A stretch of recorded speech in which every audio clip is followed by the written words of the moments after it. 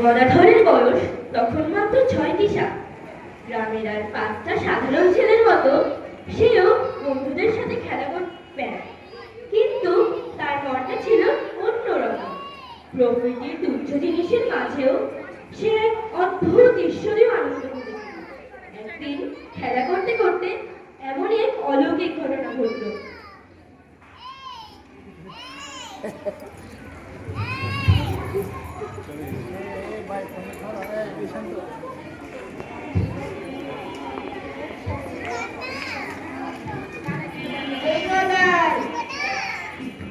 এই গোদাই, দেখ দেখ আমি কেমন লাগছি। ধুর, ওসব ছাড়, আমার খুব খিদে পেয়েছে রে। চল তবে হাঁটতে হাঁটতে মুড়ি খাই। মা আমাকে মুড়ি ভেজে দিয়েছে।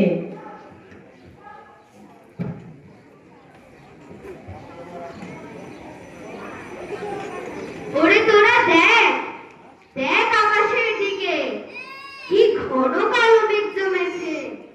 হ্যাঁ রে গদাই, বৃষ্টি আসবে বোধ হয়। চল বাড়ি যাই, মা বকবে।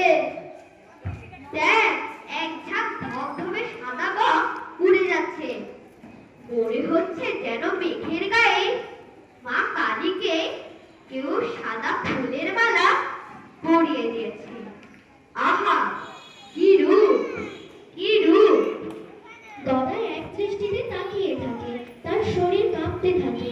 ধীরে ধীরে সে স্থির হয়ে যায়, তারপর আস্তে আস্তে মাটিতে লুটিয়ে পড়ে মূর্ছা। গদাই, কি হলো তোর? ওরে গদাই, কথা বলছিস না কেন? কেউ দৌড়ে গিয়ে ওর বাড়িতে খবর দে, গদাই অজ্ঞান হয়ে গেছে। সাধারণ মানুষের চোখে যে মূর্ছা, ভক্তদের চোখে তাই ছিল অধীর। সেই ছোট্ট বয়সে প্রকৃতির সুন্দরের মাঝে গদাধর ভগবানের দর্শন পেয়েছিলেন। এটাই ছিল তার জীবনের প্রথম সমাধি।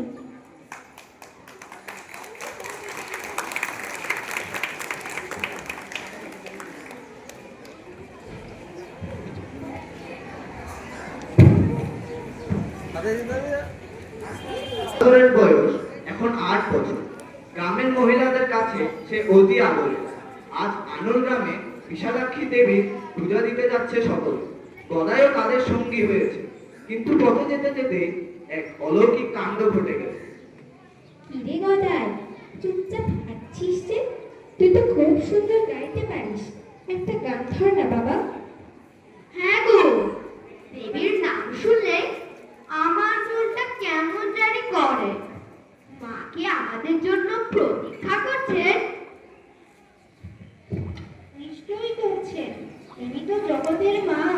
চল আমরা মায়ের নাম করতে করতে এগিয়ে যাই। মা, মা বিশালাক্ষী মা, তুমি দয়াময়ী, তুমি করুণাময়ী, তুমি তুমি তুমি ওগো, এটা সাধারণ কান্না নয়, দেখে মনে হচ্ছে মায়ের ভাবেও বিভোর হয়ে গেছে। মা বিশালাক্ষী, রক্ষা করো মা, এই ছোট ছেলেটির ওপর কৃপা করো। জয় মা বিশালাক্ষী, রক্ষা করো মা, গদাইয়ের জ্ঞান ফিরিয়ে দাও। আমরা তোমার চরণে মাথা করছি মা, আমাদের এই মানিককে সুস্থ করে দাও।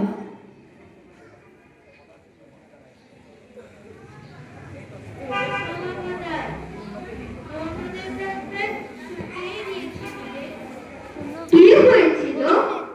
আমি তো দেখছিলাম মা বিশালাক্ষী আমার সামনে দাঁড়িয়ে হাসছে। কি অপূর্ব সেই রূপ!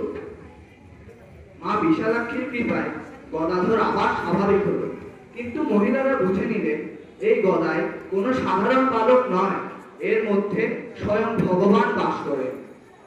গদাধরের উপনয়ন ভিক্ষা নিতে হয় কোনো উচ্চ বর্ণের ব্রাহ্মণ মহিলার কাছে, কিন্তু গদাই তো সাধারণ বালক নয়। তিনি ধাত্রীমা ধনিকামার কথা দিয়েছিলেন, তার হাত থেকেই তিনি প্রথম ভিক্ষা দেবেন, অথচ ধনী তো নিচু বর্ণের কামার কন্যা। যে আমার গদাই আমার কাছে ভিক্ষে নিতে আসবে। আচ্ছা, ও কি সত্যি আসবে? আমি যে নিচু জাতের মানুষ, গদাই কি আমার হাতে অন্ন গ্রহণ করবে?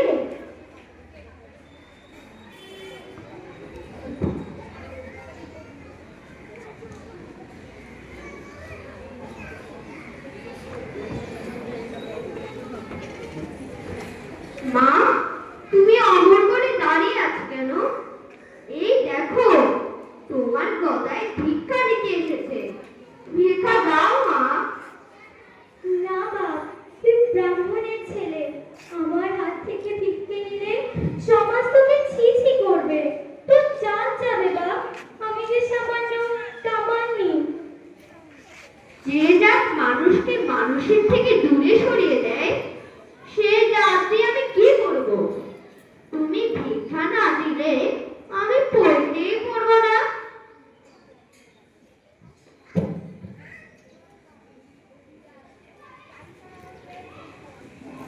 এইভাবে এইভাবে শ্রী রামকৃষ্ণ শিখিয়েছিলেন যে মানুষের মানুষের কোনো ভেদাভেদ নেই, ভক্তি আর সত্যই মানুষের আসল পরিচয়।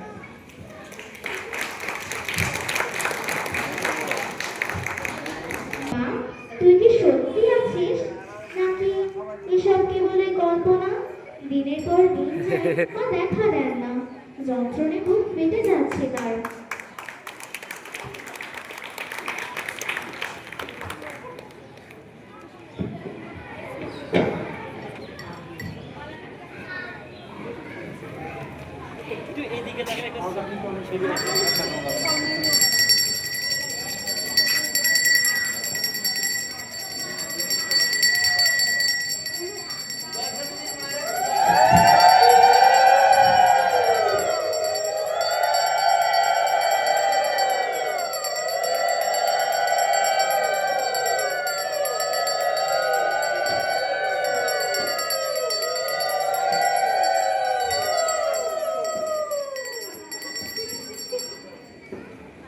আর যে সহ্য হয় না মা। সবাই বলে তুই দয়াময়ী, তুই নাকি ভক্তকে দেখা দিস। তবে আমাকে কেন দিচ্ছিস না? আমি কি তোর কেউ নই? আমি কি তোর ছেলে নই? আমার এই জীবন রেখে আর কি হবে? যদি মাকেই না পেলাম, তবে ছাড় শরীরে কি প্রয়োজন?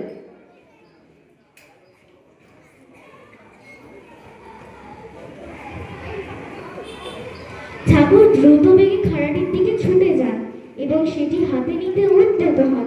ঠিক সেই মুহূর্তে মা কালী এসে তার হাত ধরল। ওই তো তোর খালা মা। আজ আমি নিজেই নিজের জীবন শেষ করে দেব। মা দেখা না দিলে আমি আর বাঁচবো না। সেই মুহূর্তে ঘর দুয়ার মন্দির সব যেন কোথাও মিলিয়ে গেল। ঠাকুর চোখের সামনে ভেসে উঠল এক অপার অনন্ত চৈতন্যের সমুদ্র। চারিদিকে শুধু আলো আর আলো। এ কি জ্যোতি! সব যে আলো হয়ে গেল। ওই তো ঢেউ, শুধু আলোর ঢেউ আমার দিকে আসছে। মা তুই এসেছিস? মা রে!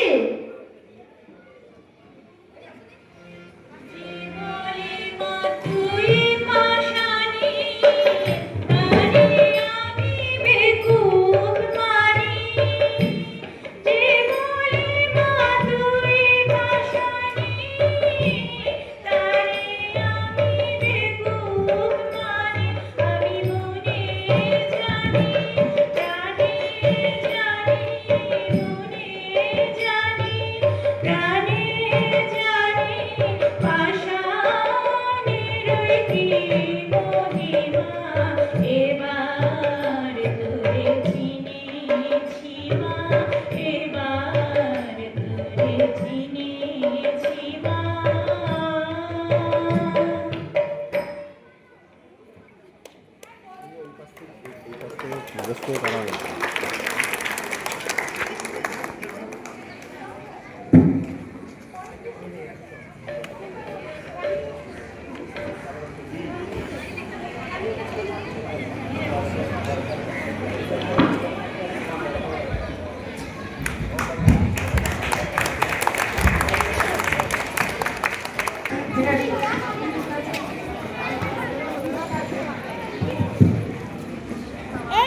দক্ষিণেশ্বরের মন্দিরে আজ অনেক ভিড়। রাজমাতা রানী রাসমণি এসেছেন মন্দিরে। তারই করা এই মন্দির। মা কালীর সামনে বসে তিনি ধ্যান করছেন, কিন্তু তার মন কি আজ সত্যি মায়ের চরণে আছে?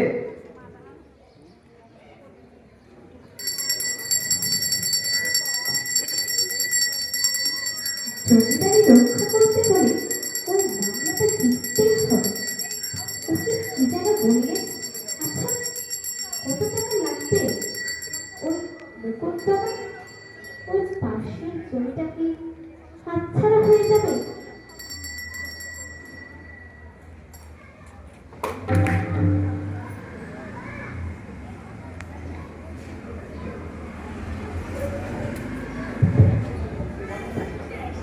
একই ছোট ভট্টাচ মশাই একই করলেন, রানীমার গায়ে হাত তুললেন। সর্বনাশ! রানীমা নিশ্চয়ই খুব রেগে যাবে। হুকুম দিলে এখনই শাস্তি হবে ঠাকুরের। ওগো, এখানেও ওই চিন্তা? কেবল ওই চিন্তা? কেবল ওই মামলা মোকদ্দমার চিন্তা? আমায় ক্ষমা করুন ঠাকুর, আপনি ঠিকই বলেছেন। আমি মায়ের সামনে বসে জপ করছিলাম ঠিকই, কিন্তু আমার মনটা পড়েছিল কোর্টের ওই মোকদ্দমার ফাইলে। ওরে, মা যে আমার দয়াময়ী রে। তার সামনে বসলে দুনিয়ার সব চিন্তা বাইরে ফেলে আসতে হয় মা, তবেই তো তাকে পাওয়া যায়। রানী রাসমণি বুঝতে পারলেন এই পুরোহিত আসলে অনন্য মহাপুরুষ, যার কাছে রাজা বা প্রজা বলে কিছুই নেই, আছে শুধু সত্য।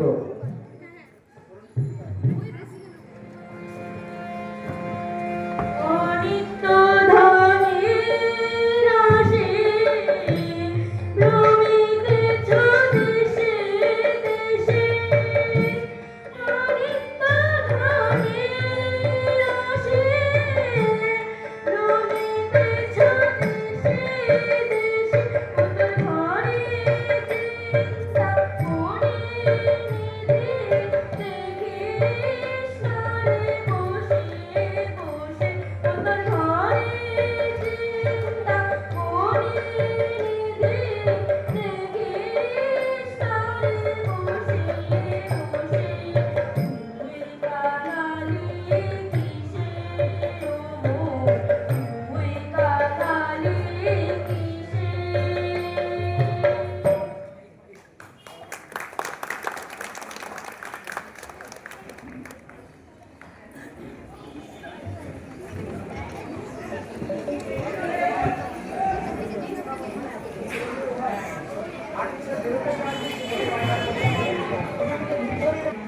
সারাদিন ঈশ্বর নিয়ে হেঁটে থাকে। মা চন্দ্রমণি ভাবলেন, ছেলের বিয়ে দিলে যদি মনটা একটু সংসারে বসে, শুরু হলো পাত্রী খোঁজা। কিন্তু সব চেষ্টাতেও পছন্দ মতো পাত্রী আর পাওয়া যাচ্ছে না। কি হবে রামেশ্বর? কত গ্রাম ঘুরলি, কত মেয়ে দেখলি, কিন্তু গদাইয়ের যোগ্য কাউকে তো পাচ্ছি না। না, আমিও তো চিন্তায় আছি। গদায়ের মতো এমন শান্ত ছেলের জন্য ঠিক কেমন মেয়ে দরকার সেটা ভেবেই কুল পাচ্ছি না।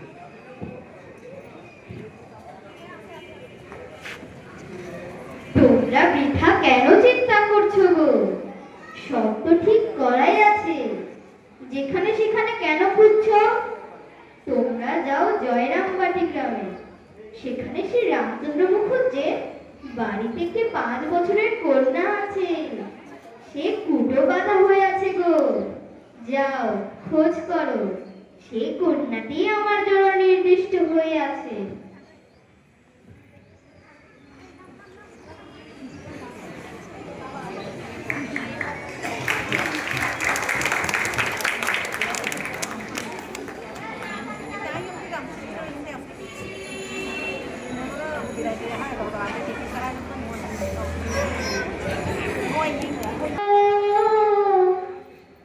দেখ দেখ সখী শ্যামের বামে রায়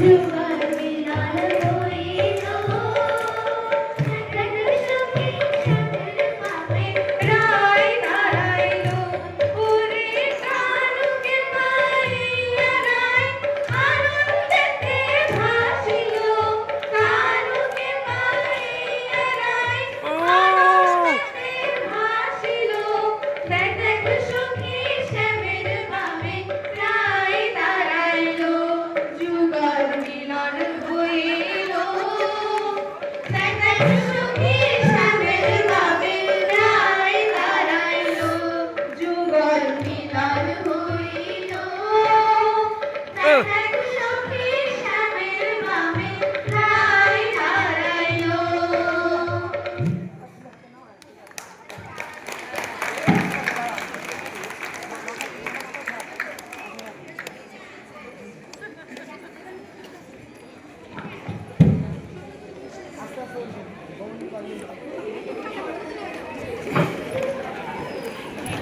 কোনো মাটির প্রতিমা নয়, আজ তিনি স্বয়ং নিজের সহধর্মিণীকে জগৎ জননী রূপে পুজো করবেন।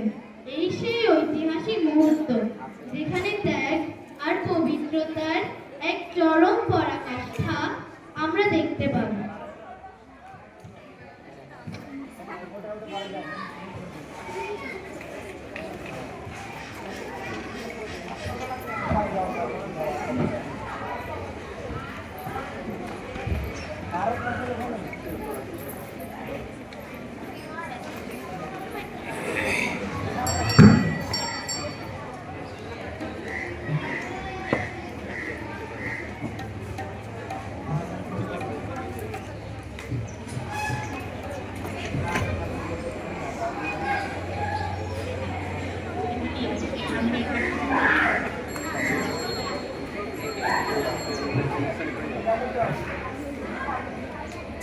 ওগো এসো এসো এসো এই আসনে বসো।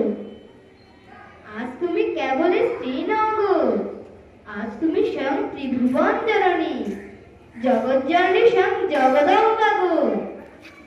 মা তুমি বসো।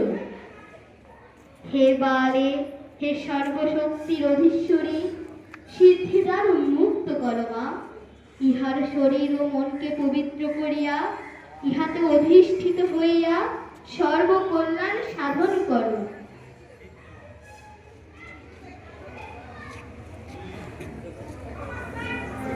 প্রকৃতির পরমা অভয়াং বরদা নররূপ ধরা জনতা পহরা শরণাগত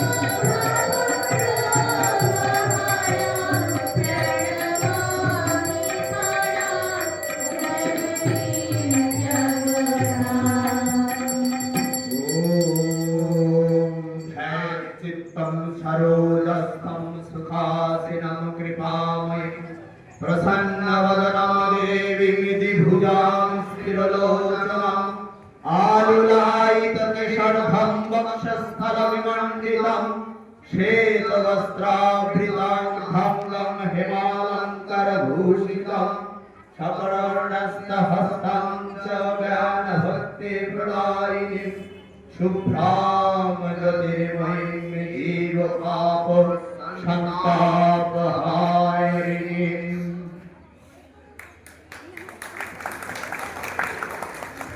সকল সাধনা তোমার চরণে আজ অর্পণ করলাম গো। ঠাকুর এভাবে জগৎকে শেখালেন নারীকে কিভাবে সম্মান করতে হয়।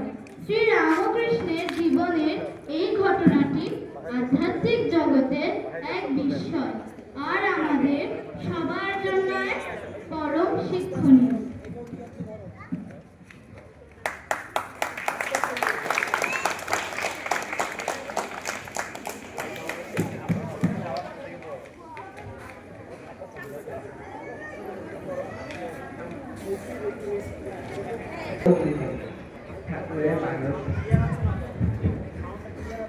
ঠাকুরের মানস কন্যা এবং মা সারদার ছায়া সঙ্গিনী গৌরীমার চরিত্রটি অত্যন্ত তেজযুক্ত। তিনি ছিলেন যেমন সাহসী তেমনি ভক্তিমতী। ঠাকুর তাকে আদর করে গৌরী বলে ডাকতেন। আজ দক্ষিণেশ্বরে এক মজার কাণ্ড হবে।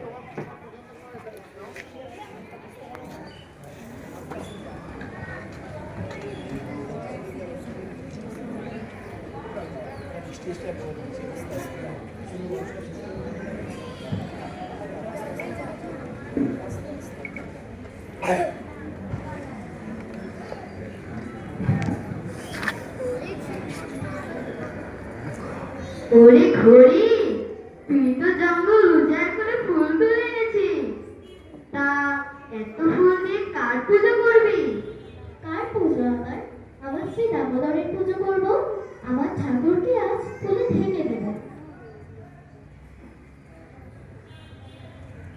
ওরে করছিস কি? অতটুকু ঠাকুর আর তুই এক কলসি জল ঢেলে দিলি? তোর ঠাকুর তো ডুবে মরলো রে। ওকে একটু বাতাস কর, নইলে যে হাঁপিয়ে উঠবে। মরবে কেন? আমার ঠাকুরকে এতই দুর্বল আর ডুবলে দেবো। আমি কি অত হিসেব করে পুজো করি? আমি তোকে ভালোবাসি, তাই সবটুকু উজাড় করে দিচ্ছি। দেখলি তোরা, একেই বলে অনুরাগ। ভক্তি থাকলে অত নিয়ম কানুনের দরকার হয় না। ভগবান শুধু ভাব দেখেন। ঘড়ি, তোকে দিয়ে অনেক কাজ হবে। তুই শুধু নিজের পূজনীয় থাকলে চলবে না, তোকে দেশের মেয়েদের মধ্যে শিক্ষার আলো জ্বালাতে হবে। তোদের মায়ের পাশে তোকে থাকতে হবে। আপনি যা বলবেন ঠাকুর, আপনার আদেশই আমার জীবন। এই গৌরীমাই পরবর্তীকালে মা সারদার নির্দেশে নারী শিক্ষার জন্য সারদেশ্বরী আশ্রম প্রতিষ্ঠা করেছিলেন। ঠাকুরের আদর্শে তিনি হয়ে উঠেছিলেন এক মহিলা সুন্দর।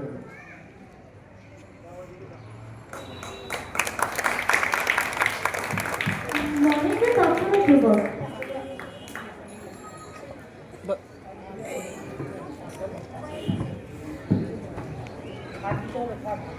তিনি অচল, বুদ্ধিতে প্রখর। তিনি শুনেছেন ঠাকুর শ্রী রামকৃষ্ণ টাকা বা কাঞ্চন স্পর্শ করতেন না, করলেই নাকি তার হাত বেঁকে যায়। নরেন ভাবলেন, এই কেমন কথা? শরীর কেন ঠাকুর টাকা ছুঁড়ে এমন করবে? আমি আজ নিজেই এর পরীক্ষা করে দেখব। আজ একটা মজা হবে দেখ। সবাই বলে ঠাকুর টাকা ছুঁতে পারেন না।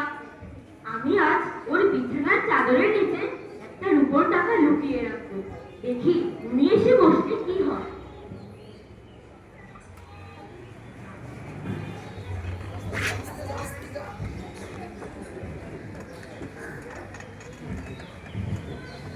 কিরে নরেন, আজ যে অনেক বন্ধু এসেছে। খুব ভালো, খুব ভালো। তোরা বস, দেখি দেখি আমিও একটু বসি। ওরে ওরে, বিছানায় কি রেখেছিস রে? আমার শরীর যে পুড়ে যাচ্ছে। কেউ কি বিছানায় আগুন রেখেছিস? ওরে রামলাল, দেখ তোরে বাবা বিছানায় কি আছে।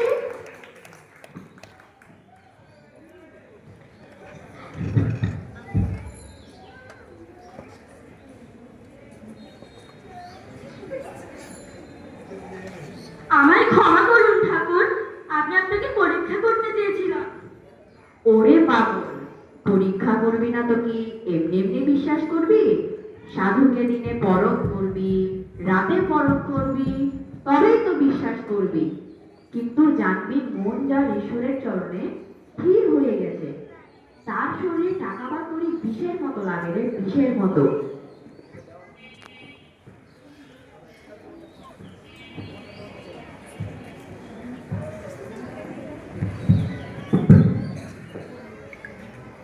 তোমারে করিয়াছি জীবনে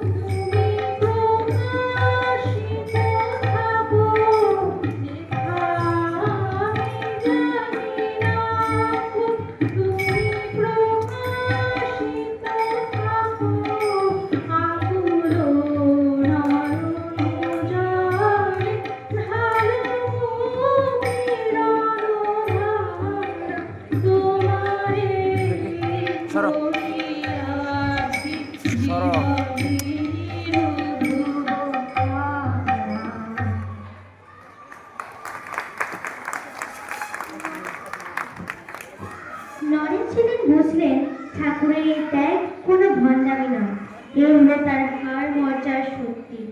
সেই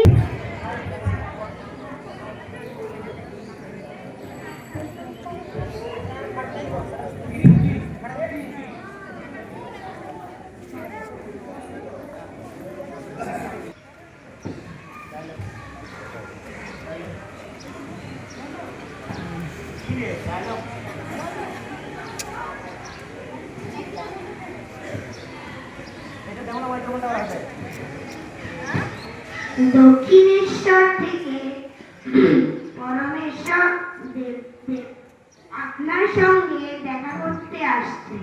বিদ্যাসাগর তড়িঘড়ি করে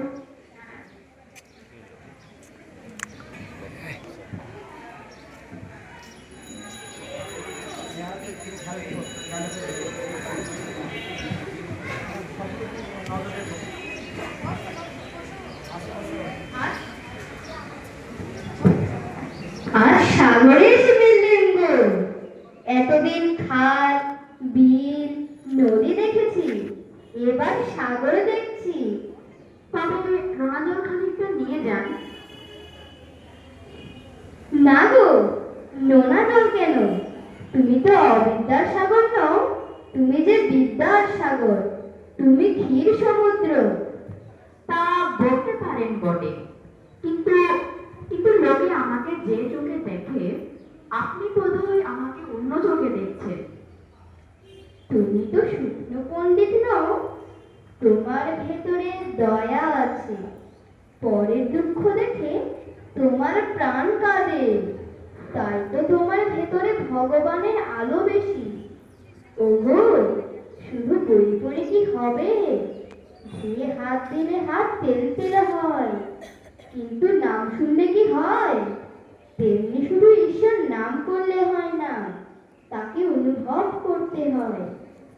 বিদ্যাসাগর সাধারণত তর্কে হারেন না, কিন্তু এই সহজ কথাগুলো শুনে তার মন ভিজে গেল।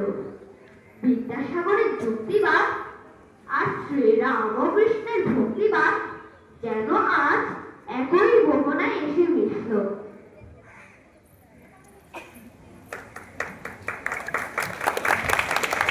নামে তিনি ছিলেন এক কলেজের অধ্যাপক, ইংরেজিতে শিক্ষিত, মস্ত পণ্ডিত। কিন্তু ঠাকুরের কাছে এসে তিনি সব পাণ্ডিত্য ভুলে হয়ে গেলেন এক অবশ শিশু। তার একমাত্র কাজ ছিল ঠাকুর কি বলছেন তা চুপি চুপি ডায়েরিতে টুকে রাখা। ওরে মাস্টার, তুমি শুধু খাতার পাতায় কলম ঘষছো কেন? ওতে কি লিখছো?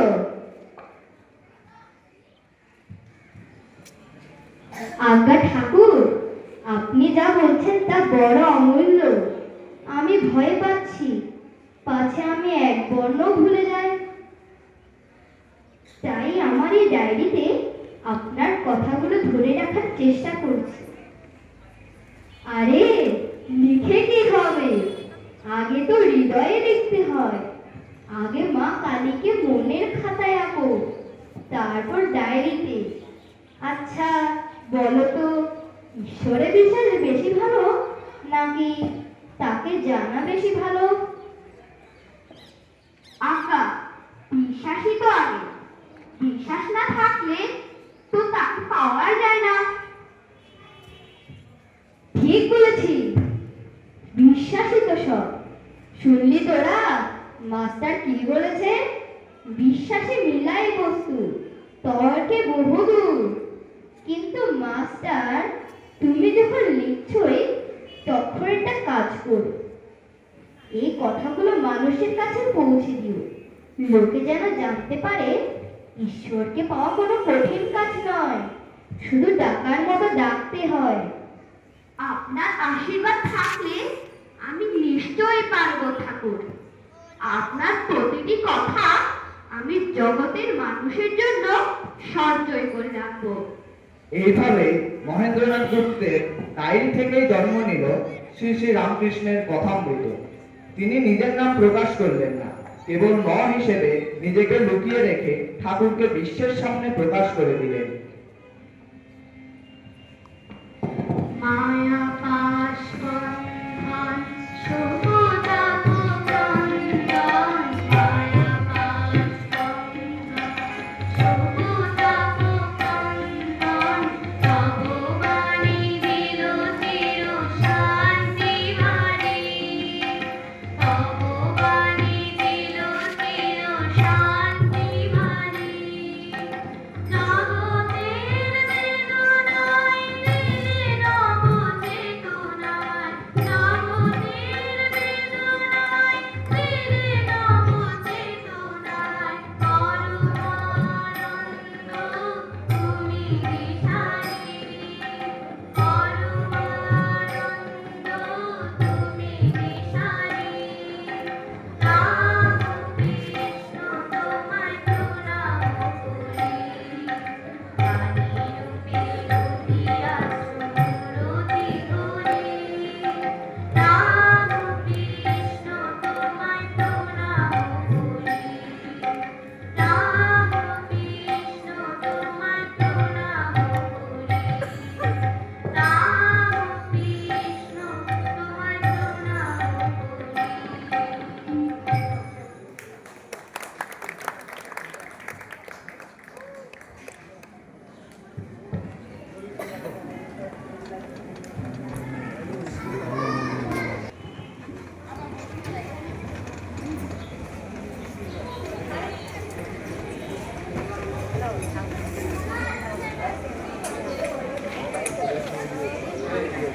শশী, ও শশী, তুই কতক্ষণ ধরে বসে আছিস? যা না বাবা, একটু খেয়ে আয়, শরীরটা যে শুকিয়ে গেল তোর। আমার কোনো খিদে নেই ঠাকুর, আপনি একটু শান্তি দেখেছেন, তবেই আমার শান্তি। আপনার সেবার যে বড় খাবার আমার কিছুই নেই। দেখলি তোরা, এরা হলো সব এক একটি সোনার টুকরো। ওরে লাটু, তুই যে বাতাস করছিস, তোর হাত ব্যথা করছে না? ঠাকুর, আপনি ভালো থাকলে লাটু মহারাজের কোনো ব্যথা লাগে না। আপনি তো আমাদের বাবা, আপনি তো আমাদের মা। আরে দেখ, এরাই কি কত ভালোবাসে, কিন্তু আমি চলে গেলে এদের দেখবে কে? তোকেই তো সব দায়িত্ব নিতে হবে। এরা যে সব ঘর ছাড়া পাখি, তুই এদের এক করে রাখবি। আপনি চিন্তা করবেন না ঠাকুর, আপনার আদর্শে আমরা সবাই এক হয়ে থাকবো। আমরা ঘর ছেড়েছি ঠিকই, কিন্তু আপনার এই সন্তানদের নিয়ে আমি এক নতুন পরিবার গড়ব, যেখানে মানুষের সেবাই হবে ধর্ম। ঠিক বলেছিস, জীবে দয়া নয়, জীবজ্ঞানে জীব সেবা।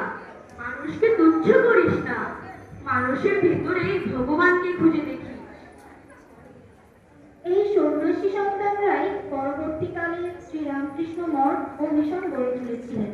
তাদের সেবা আর ত্যাগের জোরে আজ ঘরে ঘরে শ্রীরামকৃষ্ণের বাণী পৌঁছে গেছে।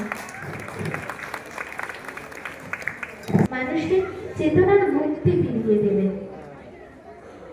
যিনি গলায় ক্যান্সার নিয়ে পৌঁছেছেন তীব্র যন্ত্রণার শেষ বিন্দুতে, যিনি কথা বলতে পারছেন না, মুখে হাসি নিয়ে অস্পষ্ট কাতর উচ্চারণে বলেছেন, অসুখটা তো আমার শরীরে, আমার নয়। গিরিশ, তুমি নাকি প্রচার করে বেড়াচ্ছ আমি স্বয়ং ভগবান? তা কি এমন দেখলে গো আমার মধ্যে, কি গুণ পেলে যে আমার এমন মনে হলো? ঠাকুর, যার মহিমা ব্যাস বাল্মীকি বর্ণনা করতে পারেননি, যার গুণের কথা বলে শেষ করা যায় না, আমি তো এক সামান্য নগণ্য মানুষ। আমি কি করে তার ব্যাখ্যা করব? আমি শুধু জানি আপনিই আমার সব। ঠাকুরের মুখমণ্ডল এক অলৌকিক জ্যোতিতে ভরে উঠল। তিনি হঠাৎ ভাবাবিষ্ট হয়ে পড়লেন। তার শরীরের সব যন্ত্রণা যেন মুহূর্তে রূপে গেল। তিনি দুহাত তুলে আশীর্বাদের ভঙ্গিতে দাঁড়ালেন। তবে তোদের আর কি বলবো, তোদের চৈতন্য হোক, তোরা যা চাইবি এর কাছে আজ তাই দেব। তোদের ঠাকুরদা কল্পতরু, তোদের সমস্ত কামনা পূর্ণ করব, যা খুশি প্রার্থনা কর তোরা। ঠাকুর, আমায় শান্তি দিন, আমায় ভক্তি দিন প্রভু। আমায় আপনার চরণে ঠাঁই দিন। তোরা কি চাস রে? আমরা কেবল আপনাকেই চাই ঠাকুর, আপনাকে ছাড়া আমাদের আর কিছুই চাওয়ার নেই। সেই দিন যারা ঠাকুরের সান্নিধ্যে ছিল তারা শুধু আশীর্বাদ নয়, এক অদ্ভুত ভক্তি অনুভব করেছিল। কল্পতরু হয়ে ঠাকুর সেদিন বিলিয়ে দিয়েছিলেন তার অন্ত ভালোবাসা। ঠাকুর কল্পতরু হয়ে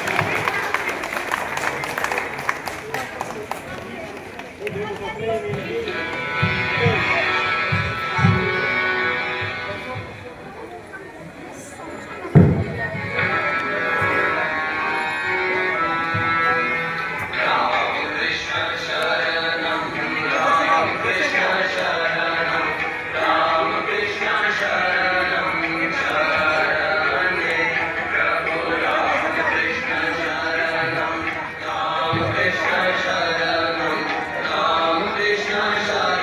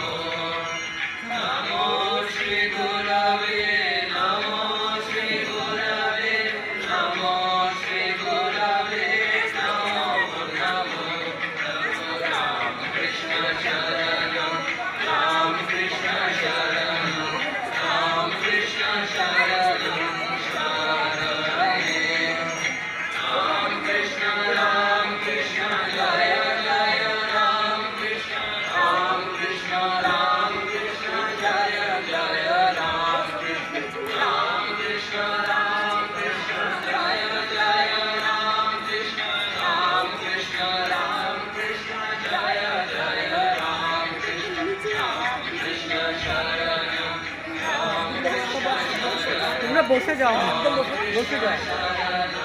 হ্যাঁ, এই তোরা একটু করে বসে পড়। আরে ওদিকে,